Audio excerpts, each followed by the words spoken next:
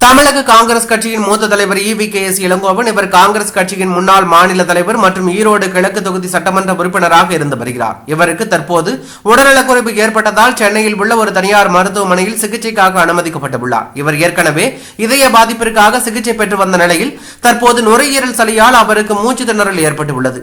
இதன் காரணமாக தான் மருத்துவமனையில் அனுமதிக்கப்பட்டுள்ளார்.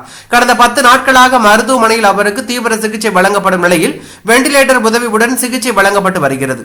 மேலும் ICU வார்டில் அவருக்கு தீவிர சிகிச்சை வழங்கப்பட்டு வரும் நிலையில் முதலமைச்சர் MK ஸ்டாலின் நேரில் சென்று சந்தித்து வந்ததாக தகவல் வெளியாகி பெரும் பரபரப்பை ஏற்படுத்தி உள்ளது.